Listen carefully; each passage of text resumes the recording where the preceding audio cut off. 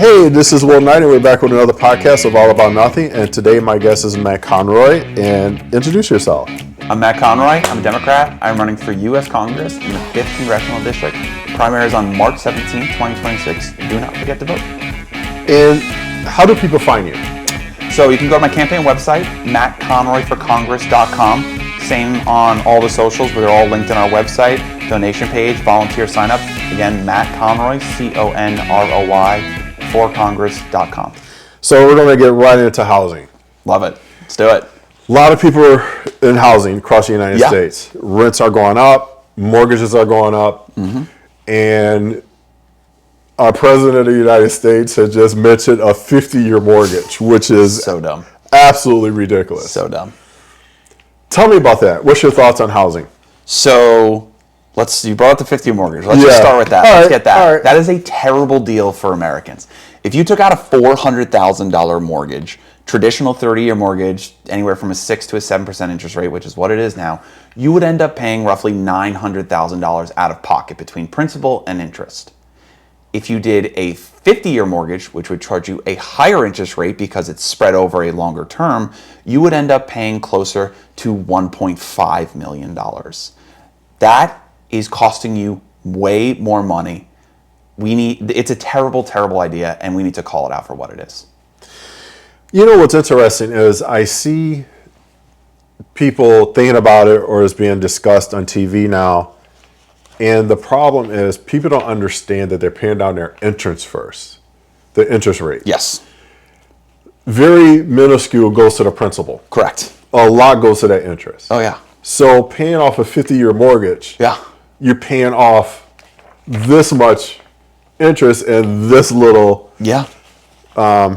principal. Yeah, it's all interest. It's all going to the banks. Like, nothing is going to help you. And inflation has a lot to do with that.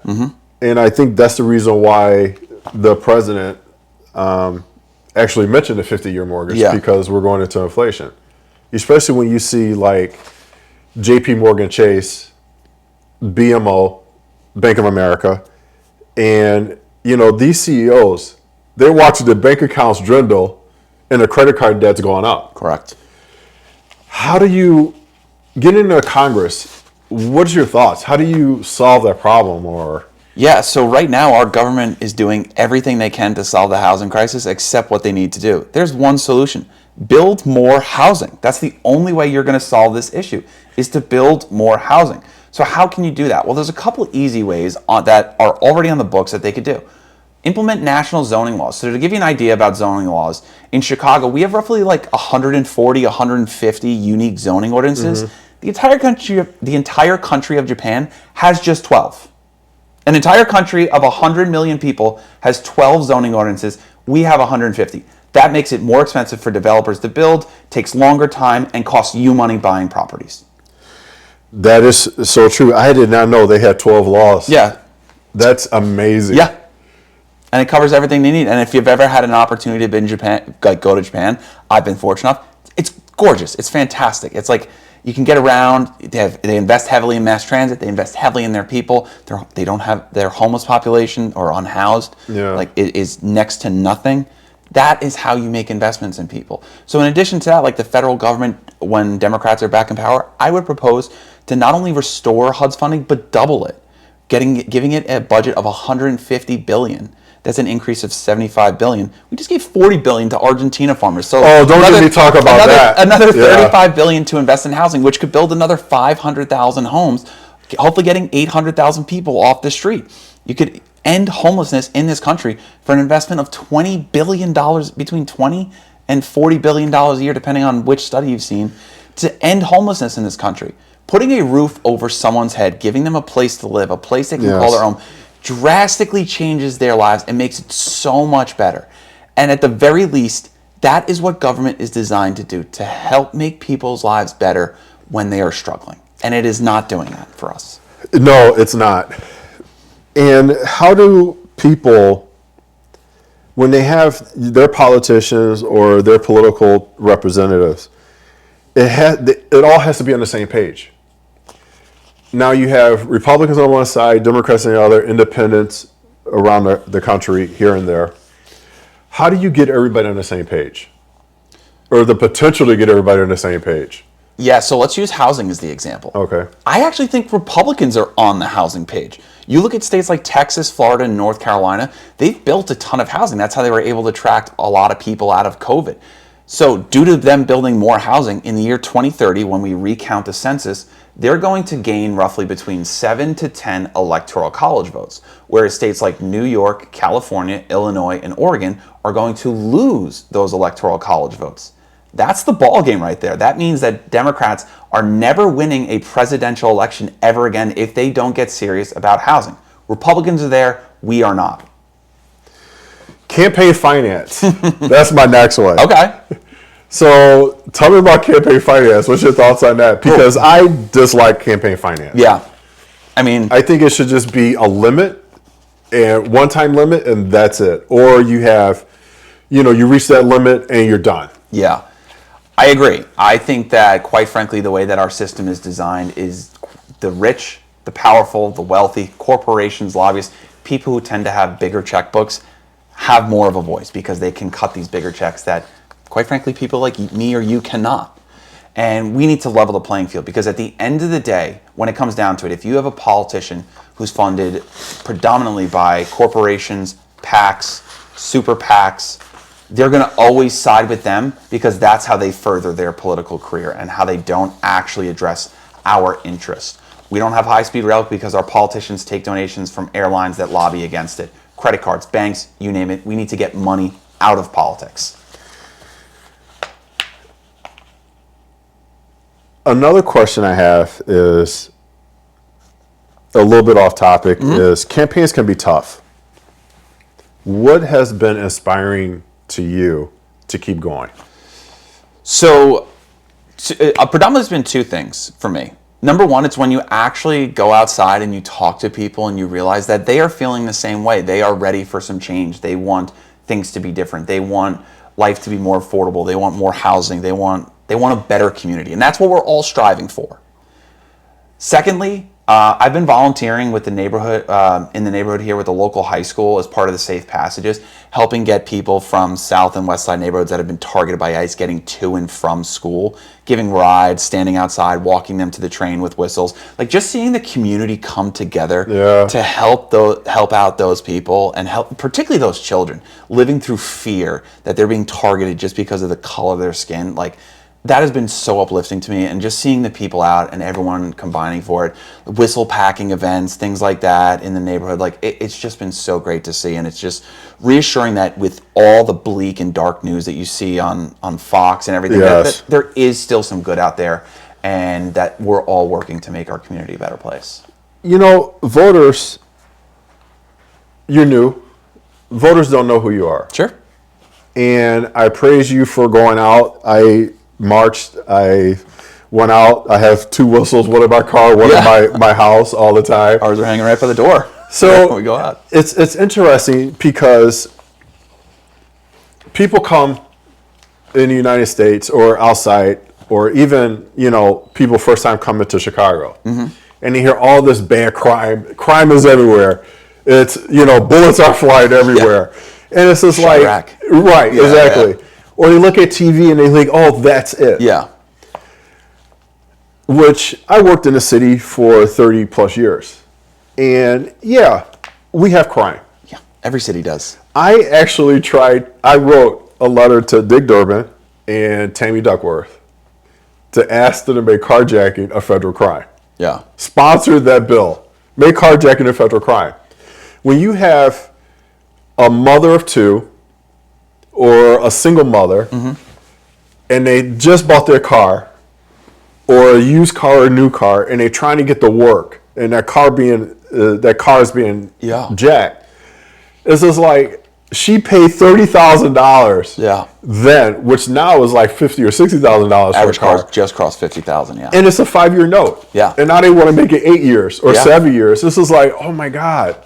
Yeah, it's amazing how we need to do more. Yeah. And the immigration is here in Chicago, and this is like, you're going into peaceful neighborhoods. Yeah.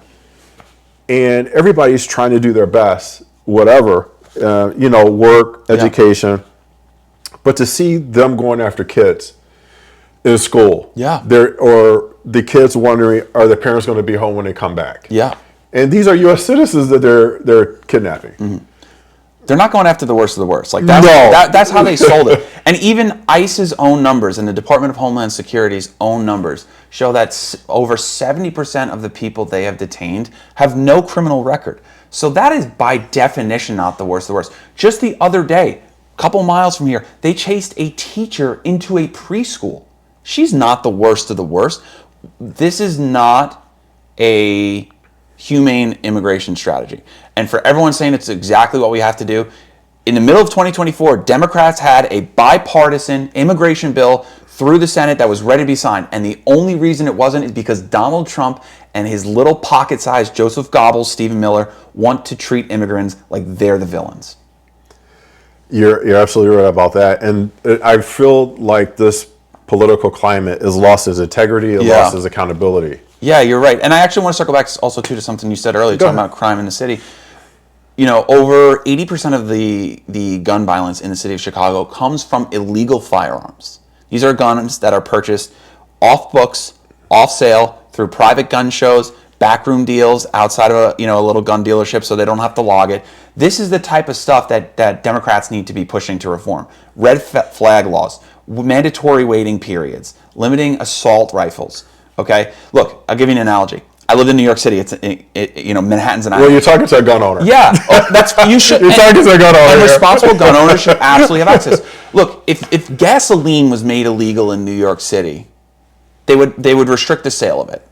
You have to have a certain license. You have to have whatever it may be. But how are you going to stop the gas that's coming in from New Jersey and coming in from Connecticut? Now just replace that with guns, Chicago, and Indiana. Yeah. And that's the problem. And that's how we have to realistically frame the argument, is that, quite frankly, Republicans refuse to make our community safer. We are ready to fight for it, but they're not willing to work with us. And I don't think any gun owner would object to a waiting period. Yeah. Or a background check. I've done it. I have 3 guns in my house, and I go skeet shooting. Yeah. And it's just interesting how responsible gun owners, when you go into a shop, they take their time, they know what they want, or they order it or whatever, but it has to come through. And a lot of people don't know this. You could buy a gun online. Yep. But it will not come to your house. Yeah. It has to go to a gun shop. Yep. And that shop has to accept it and then to give it to you. Yeah. But it's still a 14-day waiting period. And I don't have a problem with that. No. You know? Because you're getting the gun for something that you value, whether it's... Yes. But you're going to be a responsible gun owner. Same thing for people who are going hunting. Like, they're applying for their permits months in advance. They know they're not like, oh shit, it's hunting season, I got to go get a gun today. Right. No, they have that. They've been passed down from generation to generation.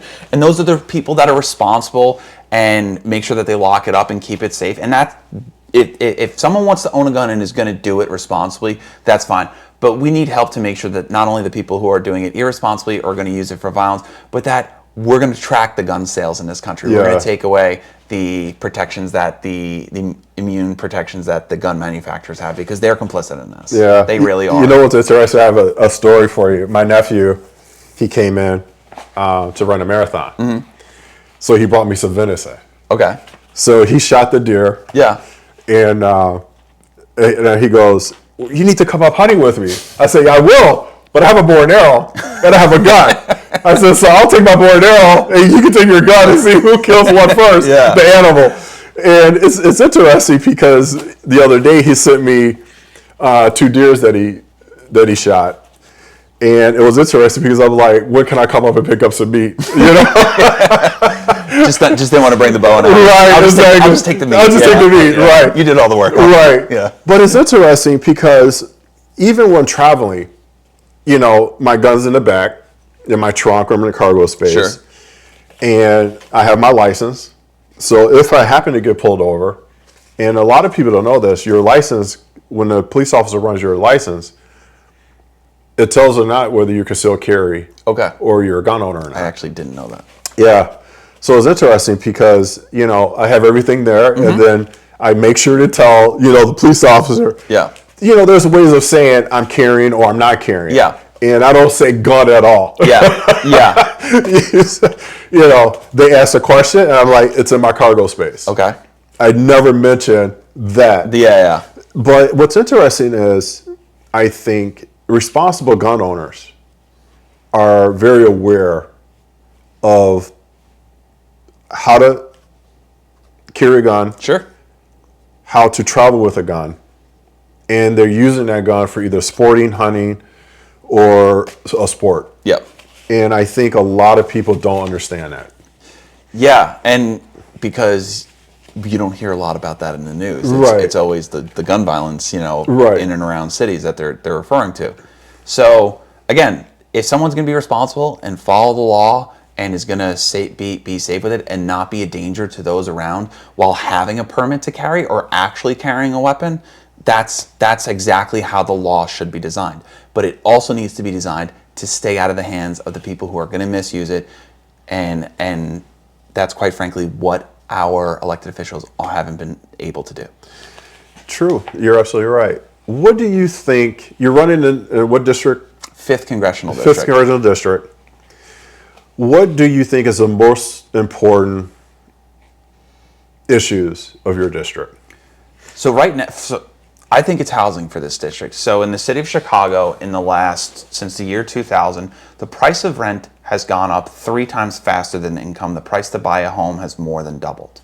These neighborhoods are getting, people who have lived here and rented in these neighborhoods have gotten priced out. These are people who've been here for 25, 30 years, who have raised kids, and now rents are becoming too high because we have made it impossible to build housing.